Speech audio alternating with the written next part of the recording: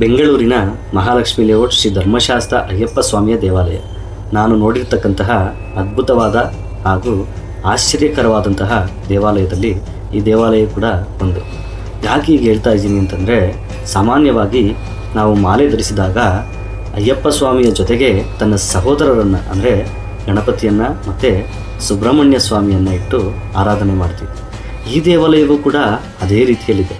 ಪಕ್ಕಪಕ್ಕದಲ್ಲೇ ಪಂಚಮುಖಿ ಗಣಪತಿ ದೇವಸ್ಥಾನ ಇದೆ, ಹಿಂದೆಗಡೆ ಸುಬ್ರಹ್ಮಣ್ಯ ಸ್ವಾಮಿ ದೇವಾಲಯ ಇದೆ. ಇಂತಹ ದೇವಾಲಯವನ್ನು ನೋಡುವುದು ಬಹಳ ಅಪರೂಪ ಮತ್ತು ಆಶ್ಚರ್ಯ.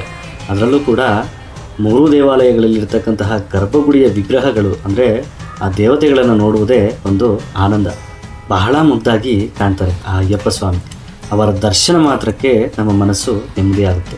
ಹಾಗೆ ಈ ದೇವಾಲಯದಲ್ಲಿ 18 ಮಡಿ ಅಂದರೆ ಸತ್ಯವಾದ ಹೊನ್ನ 18 ಮೆಟ್ಟಲನ್ನು ಕೂಡ ನಾವು ಕಾಣಬಹುದು. ಹಾಗೆ ಇಲ್ಲಿ ಪ್ರತಿದಿನ ಬೆಳಗ್ಗೆ ವಿಶೇಷವಾಗಿ ಮಹಾಲಕ್ಷ್ಮಿ ಸಮೇತ ಗಣಪತಿಯ ಸಂಕಲ್ಪವನ್ನು ಮಾಡಿಸಿ ಗಣಹೋಮವನ್ನು ಮಾಡ್ತಾರೆ. ಈ ಪೂಜೆಯನ್ನು ಸಾಮಾನ್ಯ ಜನರು ಕೂಡ ಮಾಡಿಸಬಹುದು. 100 ರೂಪಾಯಿ ಕೊಟ್ಟು ರಶೀದಿಯನ್ನು ಪಡೆಯತಕ್ಕದ್ದು. ಹಾಗೆ ಆ ಅಯ್ಯಪ್ಪ ಸ್ವಾಮಿಗೆ ಶನಿದೇವರನ್ನು ನಿಯಂತ್ರಿಸುವ ಶಕ್ತಿ ಇದೆ ಅಂತ ಪ್ರತಿಯೊಬ್ಬರಿಗೂ ಕೂಡ ಗೊತ್ತೇ ಇದೆ. ಹಾಗಾಗಿ ಅರ್ಧಾಷ್ಟಮ ಶನಿ, ಸಾಡೇಶ್ವರ ಶನಿ ನಿವಾರಣೆಗಾಗಿ ಈ ದೇವಾಲಯದಲ್ಲಿ ಒಂದು ಪೂಜೆಯನ್ನು ಮಾಡ್ತಾರೆ. ಅದೇ ನಿರಾಂಜನ ಪೂಜೆಯನ್ನು. ಈ ಪೂಜೆಯನ್ನು ಸಾಮಾನ್ಯ ಜನರು ಕೂಡ ಮಾಡಿಸಿಕೊಳ್ಳಬಹುದು.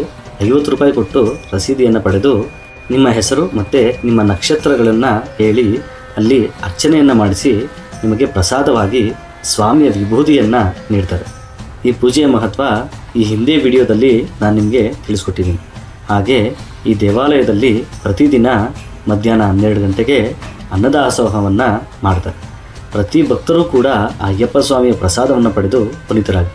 ಭೂತನಾಥ ಸದಾನಂದ ಸರ್ವಭೂತ ದಯಾಪರ ರಕ್ಷ ರಕ್ಷ ಮಹಾಬಾಹು ಶಾಸ್ತೆ ತುಭ್ಯಂ ನಮೋ ನಮಃ.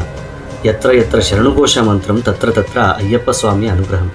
ನನ್ನ ಮನಸ್ಸಾಳುವ ರಸನೆ ಶರಣಮಯ್ಯಪ್ಪ.